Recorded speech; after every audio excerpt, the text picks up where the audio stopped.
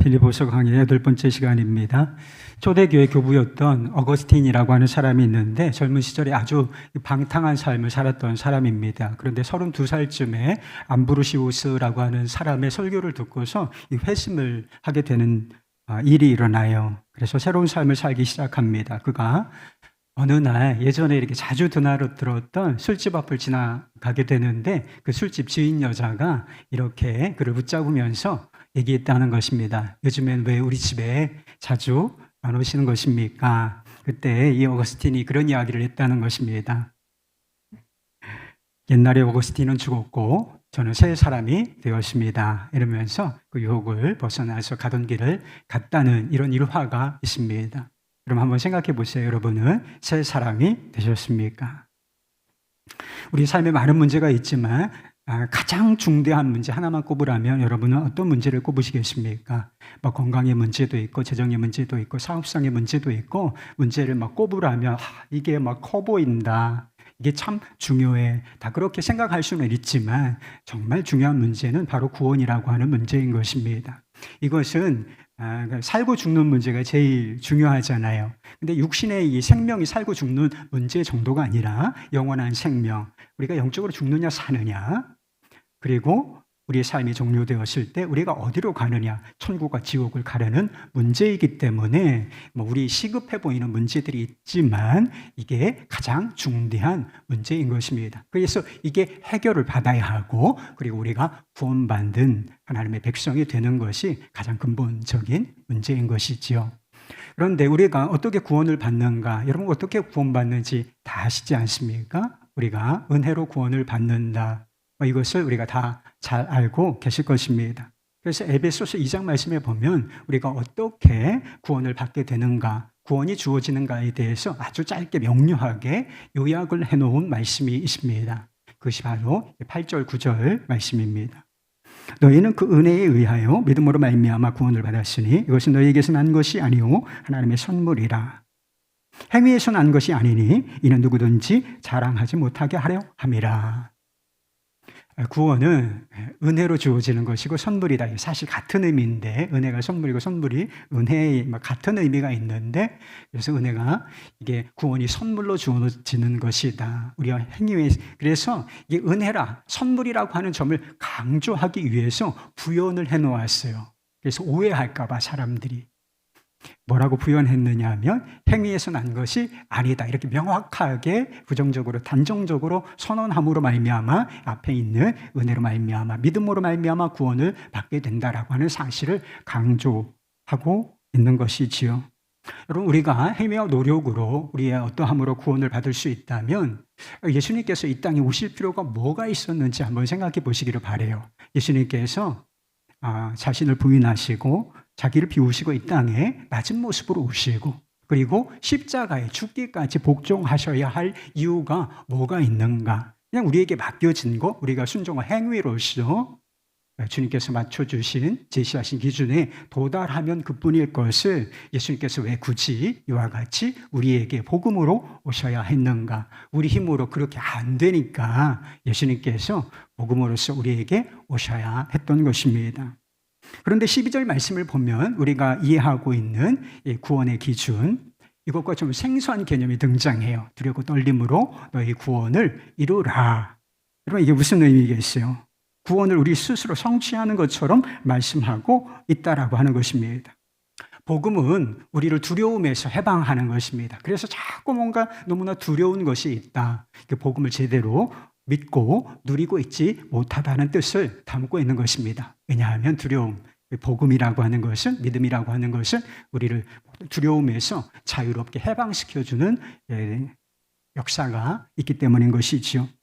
우리는 하나님의 진노, 죄인을 향한 하나님의 진노와 심판 그리고 율법의 저주를 두려워할 필요가 없는 사람들인 것입니다.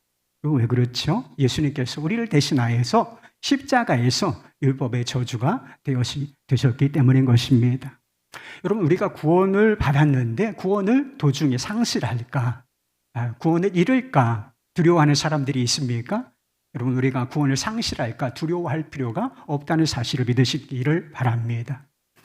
왜 그러냐면 우리의 믿음이 완벽하기 때문이 아니라 예수님께서 우리를 위하여 이루신 그 구원이 완전한 것이기 때문이고, 아까 사도 바울이 말한 것처럼 구원이 행위에서 난 것이 아니기 때문에, 본래 행위에서 난 것이 아니기 때문에 우리의 부족함이나 그리고 행위에서 나는 실패, 이것으로 취소되지를 않는다니까요.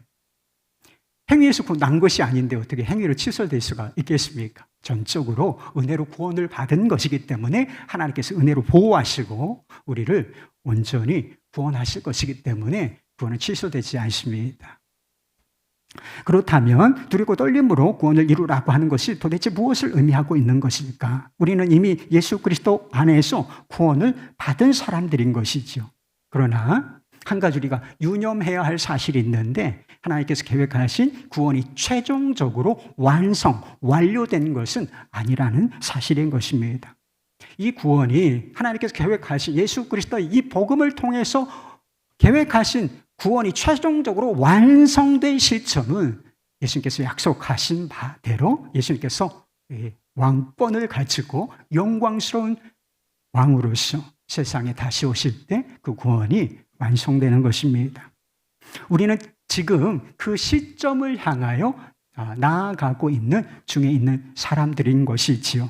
그래서 구원을 이루라고 하는 것은 우리의 어떤 신분에 관한 문제가 아니라 삶의 자리로 내려와서 삶을 살아야 하잖아요. 구원받은 자로서 삶을 살아야 하는데, 이 삶에서의 구원, 다르게 말하면 성화를 의미하는 것입니다.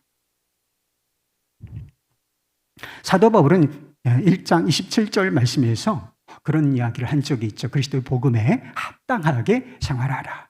여러분, 우리가 복음을 압니까? 복음을 믿고 있지 않습니까? 그러면 그것으로 그치는 것이 아니라 그 복음에 합당하게 어울리게 생활을 해야 한다는 것이죠. 그리고 12절 말씀, 두렵고 떨림으로 너희 구원을 이루라 하는 이 말씀이 시작되는 부분에 그러므로라고 하는 단어가 나오지 않습니까?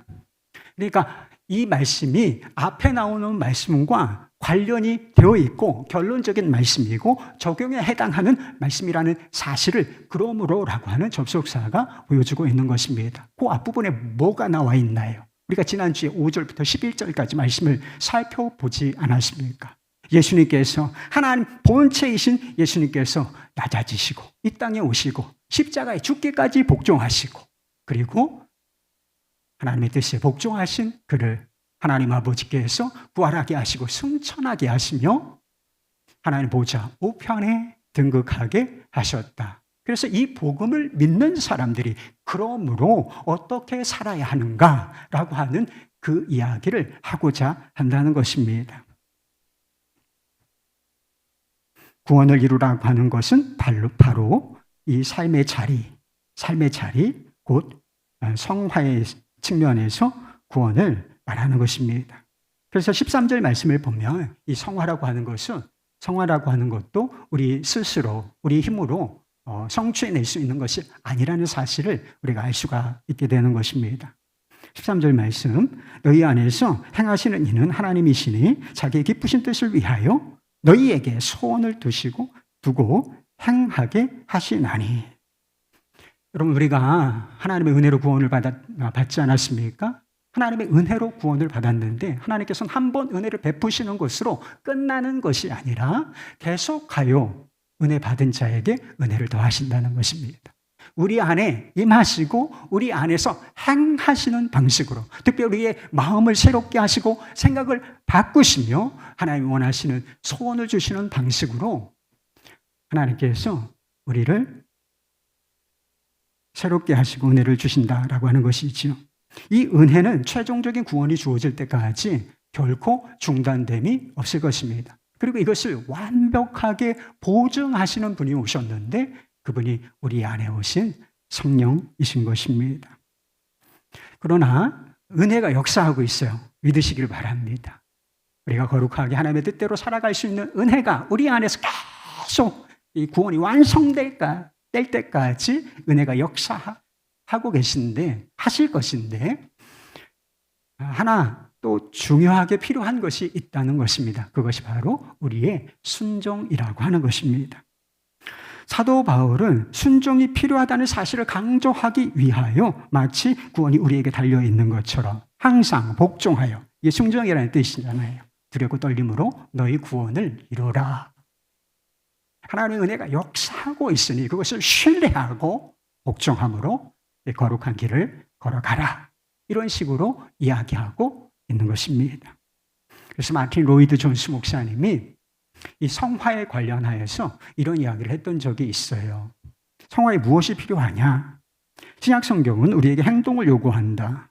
결코 성화의 수고를 대신해 주겠다고 말씀하지 않는다. 우리는 믿음의 선한 싸움 중에 있으며 그 싸움은 우리 자신의 몫이다.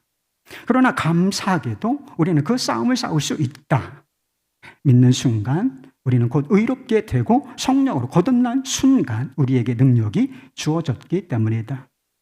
따라서 신약 성경은 우리에게 그 사실을 상기시키면서 성화에 대한 의지를 불러일으킨다. 즉, 그 사실을 상기시킨 다음에 그러므로 이제 가서 행하라, 순종하라 라고 말씀하신다. 은혜가 역사하니까 그걸 믿고 능력이 역사하고 있으니까 주의 말씀에 순종하여 삶을 살아내라. 이렇게 이야기하고 안다는 것이죠. 그렇다면 하나님의 자녀들은 삶의 자리에서 어떻게 구원을 이루어 가야 하겠습니까?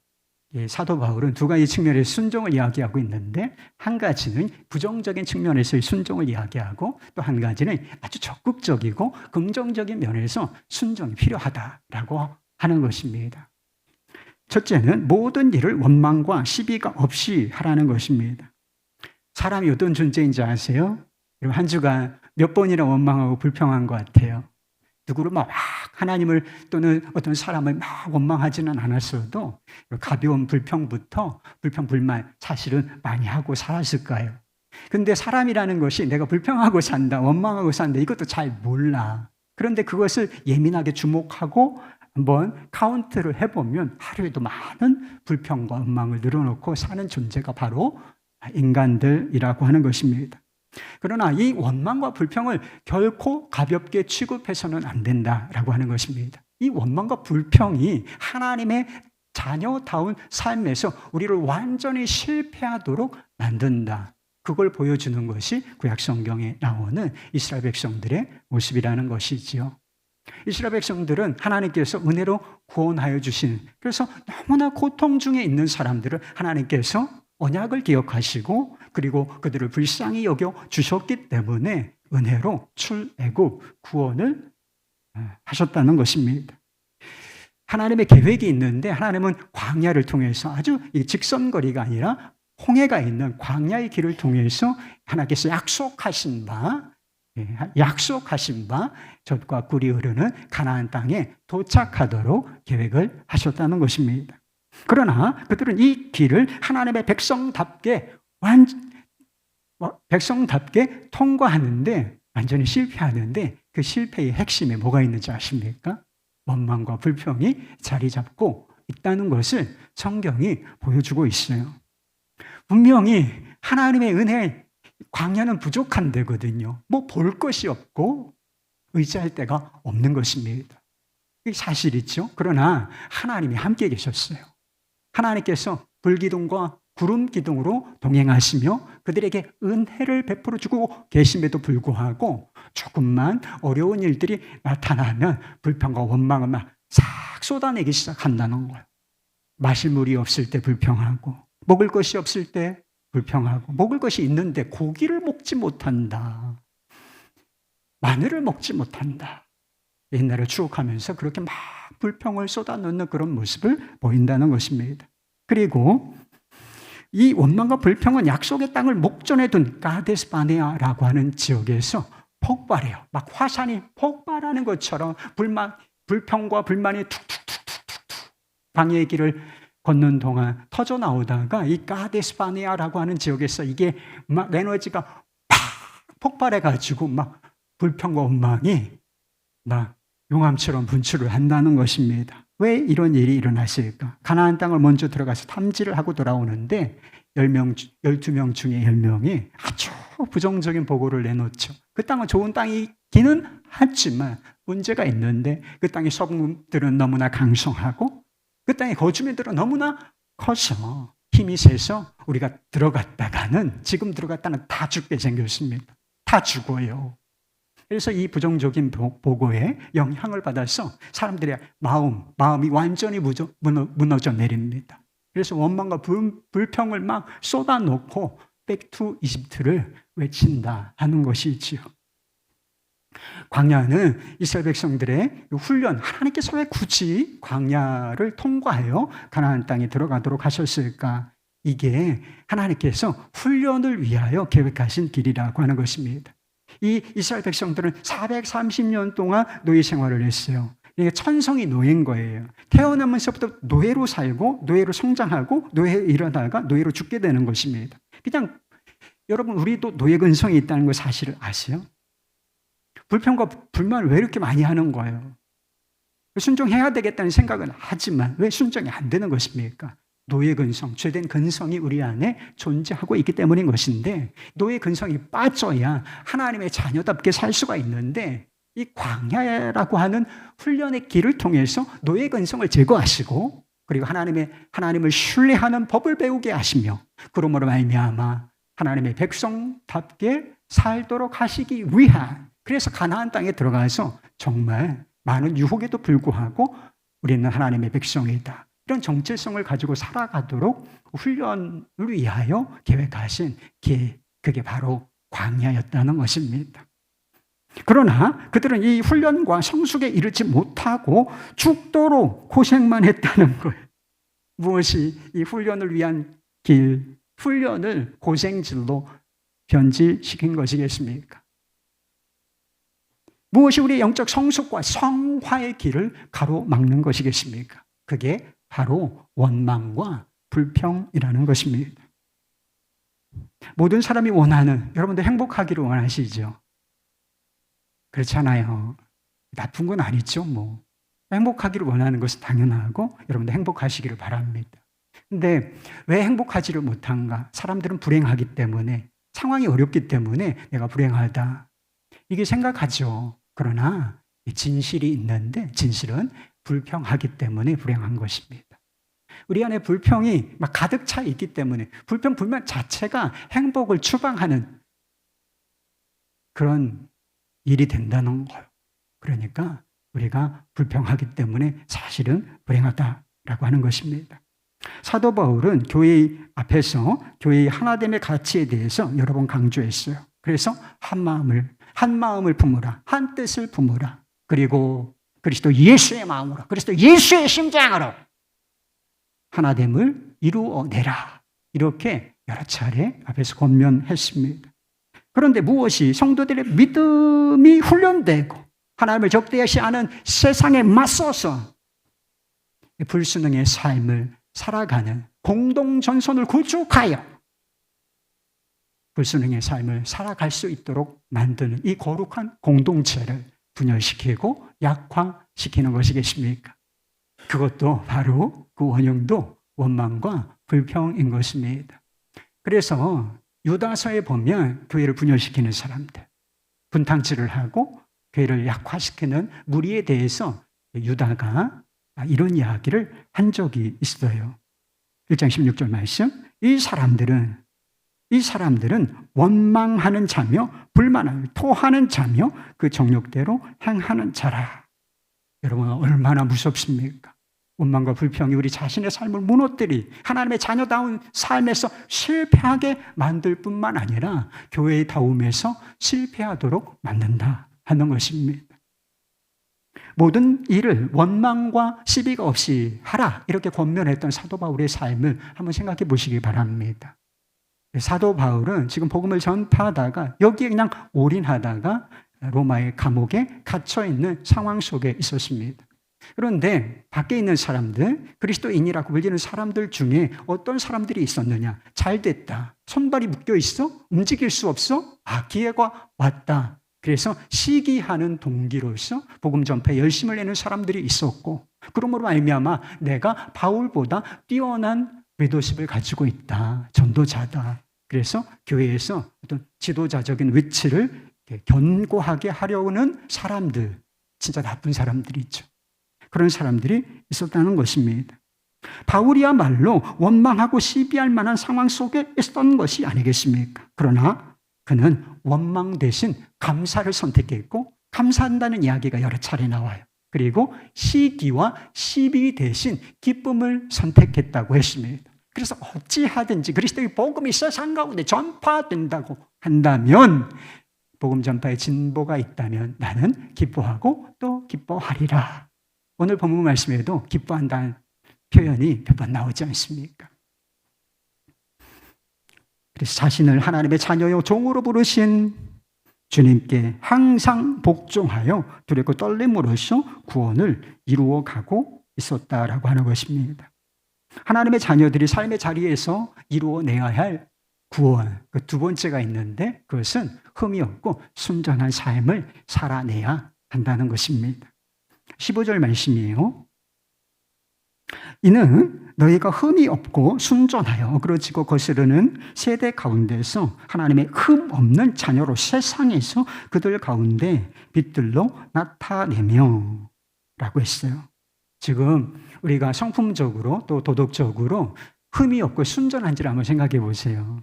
여러분, 제가 여러분 보시기에 성품에 또 도덕적인 삶에 흠이 없으시구나, 참 순결하시다 이렇게 인정할 만하시겠어요? 고개를 끄덕이는 분이 있으셔가지고 진짜 감사하네요. 여러분, 그러나 저는 흠이 많고 더러운 구석이 많은 사람입니다. 생각과 그리고 막 잘못된 생각도 제 안에 들어와 있고, 그리고 제 삶은 온전치 않습니다. 여러분, 저만 그렇겠어요? 여기에 앉아 있는 모두가 흠이 많고 부족한 것이 많고 더럽고 냄새나고 그런 것들이 여전히 우리 안에 있다는 사실을 인정할 수밖에. 자신에 관해서 진실한 사람이라면 어찌 이것을 인정하지 않을 수가 있겠습니까? 이것이 우리의 현실이지만 삶의 방향과 목적이 흠이 없으며 순전한 이 방향으로 정해져야 하는 것이고, 우리가 믿음과 순종을 통하여 실제로 그렇게 살아내야 한다는 것입니다. 바로 이것이 하나님께서 창세전에, 세상이 생기기도 전에 그리스도 예수 안에서 우리를 택하시고 부르신 하나님의 계획이며, 그리고 마침내 예수 그리스도의 날에, 그 영광의 날에 하나님께서 우리 안에서 이루실 일이기 때문인 것입니다. 그래서 C.S. 루이스가 이 영광의 날, 예수님께서 다시 오시고 우리의 존재와 그리고 세상을 새롭게 하실 때 우리 안에 어떤 변화가 일어날 것인지 이런 설명을 한 적이 있어요. 하나님은 아무리 연약하고 더러운 인간이라도, 이게 우리죠, 남신과 여신으로 지금으로서는 도무지 상상할 수 없을 만큼 힘과 기쁨과 지혜와 사랑으로 약동하는 눈부시게 빛나는 불멸의 존재로, 그분 자신의 다함없는 능력과 즐거움과 선함을 완벽하게 반사하는 티 없이 맑은 거울로 만드실 것입니다. 그 과정은 길며 부분적으로 아주 고통스러운 것이겠지만 거기에 도달하는 것이야말로 우리가 존재하는 목적입니다. 그 이하는 없습니다. 말씀 그대로입니다. 이렇게 말했어요. 이것이 장차 우리에게 이루어질 일이라면 실제 지금 구원의 여정을 걷고 있는 이 순간에도 이것이 우리의 목표이며 방향이며, 그리고 실제로 우리의 삶에 충분치는 않을 수 있죠. 완벽하지는 않을 수 있어도 이것이 실제가 되어야 하는 것이 사실이 아니겠습니까? 장차 흠 없으신 예수 그리스도의 성품을 완벽하게 닮을 것이라면 지금부터 우리의 성품에, 우리의 삶에 그와 같은 일들이 이루어져 가야 하는 것이 사실이 아니겠느냐는 거예요. 여러분, 구원의 증거가 뭐예요? 난 구원받았어. 그러면 끝입니까? 아니에요. 이 삶에 그리스도를 닮아가는 삶의 증거가 있는 사람들, 그 사람들이 완성된 구원을 향하여 나아가고 있는 사람이다 라고 하는 것을 증명해 주는 것입니다. 흠없고 순전한 삶을 사는 것은 우리 자신과 교회 공동체를 위해서도 대단히 중요한 일이지만 또 한 가지 영역에서 대단히 중대한 문제이다 라고 하는 것인데 그것이 바로 세상을 위해서도 대단히 중요한 문제라는 사실을 알 수가 있습니다. 우리가 흠없고 순전한 삶을 지향하며 실제로 그렇게 살아나갈 때 하나님의 자녀들이 이 어두운 세상 가운데 빛들로 나타나게 된다는 거예요. 그게 하나님께서 계획하신 일이라는 것입니다. 하나님께서 우리를 구원하신 것은 우리 자신만을 위한 것이 아님을 기억하시기 바랍니다. 구원은 개인적으로 받는 거예요. 그래서 하나님께는 손자가 없다는 이야기가 있어요. 그래서 내 믿음으로 자녀 구원 못 받습니다. 그래서 나의 개인적인 믿음으로, 개인적으로 예수 그리스도를 알고 마음속에 영접함으로 말미암아 우리가 개인적으로 하나님과의 관계를 회복하고 하나님의 자녀가 되는 것이지요. 그러나 구원은 개인적으로 받는 것이지만 개인주의는 아니라고 하는 것입니다. 우리의 구원이 공동체와 세상에도 분명히 관계가 있음을 성경은 어느 곳에든지 증거하고 있다는 것입니다. 하나님은 우리를 어두운 세상에 참 빛으로 오신 예수 그리스도를 증거하고 나타내는 빛으로, 우리 자신이 빛은 아니죠. 우리가 무슨 빛입니까? 참 빛은 세상에 빛으로 오신 예수 그리스도이신데 그분을 비추는 거울로서 우리를 세상에 보내셨다는 것입니다. 그게 구원의 목적이고 하나님을 아직 모르는 사람들을 먼저 아는 우리로 하여금 하나님께로 인도하는 제사장으로 삼으시기 위하여 우리를 구원하셨다라고 하는 것입니다.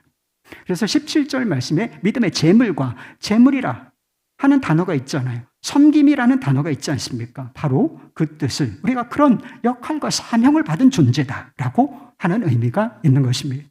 우리가 세상에서 이와 같은 역할과 사명을 감당하는 자로 살기 위해서 필요한 게 뭐예요?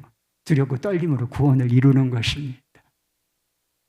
흠없고 순전한 삶을 살아내는 것, 이것이 우리가 세상의 빛으로 나타내게 되는 그런 일이 된다는 것이죠.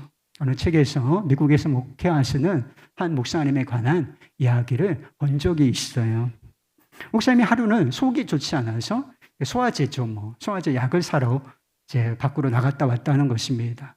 그래서 약국이 거리가 좀 있었고, 그리고 속이 너무나 불편했기 때문에, 그리고 평상시에 운전 습관도 좀 와일드하셨던 것 같아요. 이 쏜살같이 차를 몰고 약국에 가서 약을 사갖고 돌아오는 길에 문제가 생겼어요.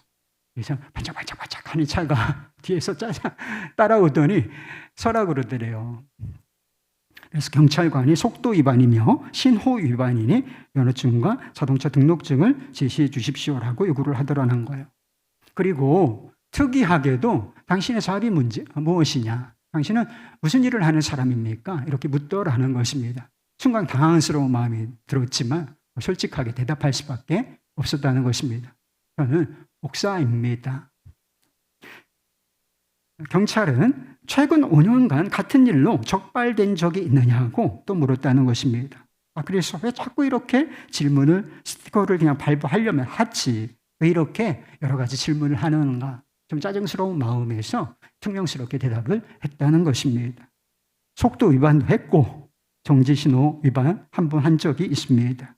그런데 경찰이 그 이야기를 듣고서 이렇게 대답을 하더라는 것입니다. 경찰서에서 당신에게 스티커를 발부하는 이유는 당신의 운전 습관이 달라지기를 요청하는 것입니다. 그런데 당신은 티켓을 발부받았음에도 스스로를 변화시키지 않으시는군요. 목사님, 당신은 다른 사람들에게 변화를 요청하는 사람이 아니겠습니까? 저도 여러분에게 변화를 요청하는 거잖아요. 새 삶을 살아내시라. 하나님의 자녀답게 세상 가운데 살아내라. 제가 지금 그렇게 변화를 요청하고 있는 것 아니겠습니까? 당신이 이렇게 사람들에게, 교인들에게 변화를 요청하는 사람이 아닙니까? 그런데 왜 당신은 스스로를 변화시키지 않으십니까? 이런 이야기를 하더래요. 그래서 그 이야기를 듣는데 목사님이 막 망치로 팡 하고 머리를 얻어맞은 느낌이었다고 했습니다. 제가 예전에 섬기던 교회의 비전이 있어요. 그래서 세상을 변화시키는 교회다라고 하는 비전이 있었습니다. 그래서 한 해 한 해 바뀌는 표어가 아니라 그냥 우리 교회는 이런 교회다, 이걸 지향한다라고 이렇게 비전을 정한 것이 세상을 변화시키는 교회. 그래서 교회 한 벽에 앞에 그냥 쫙 위에서부터 아래까지 세상을 변화시키는 교회. 이렇게 해서 붙여 놓으십니다. 대단한 비전이죠. 그런데 여러분 생각해 보세요. 우리가 세상을 어떻게, 이 큰 세상을, 견고한 세상을, 악한 세상을 어찌 변화시킬 수 있겠습니까? 분명한 것 한 가지가 있어요. 우리가 조금이라도 세상을 변화시키기를 원한다면 우리 스스로를 먼저 변화시켜야 한다는 것입니다. 이구동성으로 지금 한국 교회가 위기라고 말들을 하고 있어요. 한국 교회가 위기예요. 교회에 관심을 조금만 가지고 있으면 한국 교회가 정말 위기구나라고 하는 위기의식을 느낄 수가 있습니다. 그런데 한국 교회의 위기의 본질이 무엇일까? 핵심이 무엇일까? 생각해 보았습니다. 교인이 막 줄어들고 있어요, 지금. 교인이 막 줄어들고 있고, 다음 세대 막 지금 선교지 같은 상황이 되어버리고 말고 있습니다. 이게 사람이 줄어들고 있다는 것이 위기의 핵심일까? 그렇지 않아요. 지금도 여전히 줄고 있는 것은 사실이지만 여전히 그리스도인이라고 하는 이름을 가진 사람은 세상에 아직도 많습니다. 문제는 무엇이냐? 문제는 교회가 있어요. 그리스도인들의 공동체가 있고 그리스도인들이 그 안에 있습니다. 그리고 세상에 있어요. 그런데 이 교회와 세상에 차이가 명확하지 않다는 거예요. 선이 명확하지 않아. 흠없고 순전한 삶으로 참 빛이신 예수 그리스도를 나타내고 있지를 못하다는 것. 여러분, 이것이 교회의 위기, 그 위기의 핵심이라고 저는 생각합니다. 소아시아의 총독이었던 플리니우스라고 하는 사람이 그 기독교인들에 관한 문제로 로마 황제였던 트라이아누스에게 보고서, 편지를 썼던 적이 있는데 거기에서 기독교인들의 생활 모습, 예배의 모습에 대해서 언급하는 대목이 있어요. 그는 기독교 미신이라고 해요, 이 사람은. 기독교 미신이 여러 도시와 지방까지 아주 곳곳에 퍼져나가고 있는데 이것을 참 막기가 어려운 상황이지만 최선을 다해보겠다. 이러면서 그들의 삶의 신앙의 모습을 이렇게 묘사했습니다. 기독교인들은 어떤 정해진 날, 해 뜨기 전에 모임을 갖고 그리스도는 하나님이라는 찬송을 번갈아 부르고 그들끼리 범죄하지 않고 훔치지 않고 빼앗지 않고 간음하지 않고 신뢰를 깨는 행위를 금하기로 맹세하였습니다. 모일 때마다 자신들의 정체성을 확인하고 우리는 범죄하지 않을 것이며 우리는 훔치지 않고 빼앗지 않을 것이며 그리고 간음하거나 신뢰를 깨는 행위를 하지 않겠다. 이렇게 약속하고 실제로 그렇게 살아나갔다는 것입니다. 그리고 시간이 조금 더 흘러서 로마 황제 중에 율리아누스라고 하는 사람이 있는데 이 율리아누스도 기독교인들에 관해서 짧은 기록물을 남겨놓았습니다.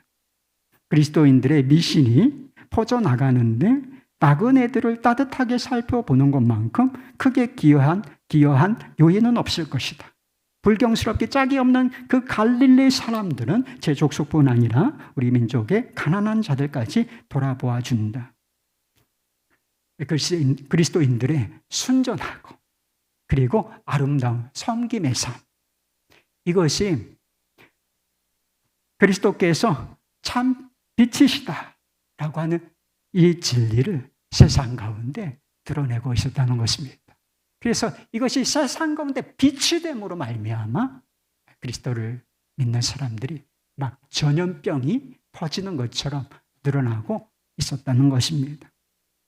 우리가 하나님의 자녀라면, 진실로 하나님의 자녀라면 변화의 바람은 우리 안에서 항상 불고 있습니다. 은혜라고 하는 바람, 성령이라고 하는 바람이 우리를 거룩한 삶이라는 성화라고 하는 방향으로 이끌기 위해서 바람을 불어주고 계시다는 것입니다. 이제 무엇을 선택하시겠습니까? 믿음이라는 돛을 활짝 펴고 이 은혜라는 바람을 맞으며 두렵고 떨림으로 구원을 이루어 가시기를 바라겠습니다. 불평과 시비를 버리고 흠없고 손전한 삶으로 세상 가운데, 이 어두운 세상 가운데 그리스도를 나타내며 완성된 구원을 향하여 거룩한 항해를 해나가시기를 우리 주 예수 그리스도 이름으로 축원합니다.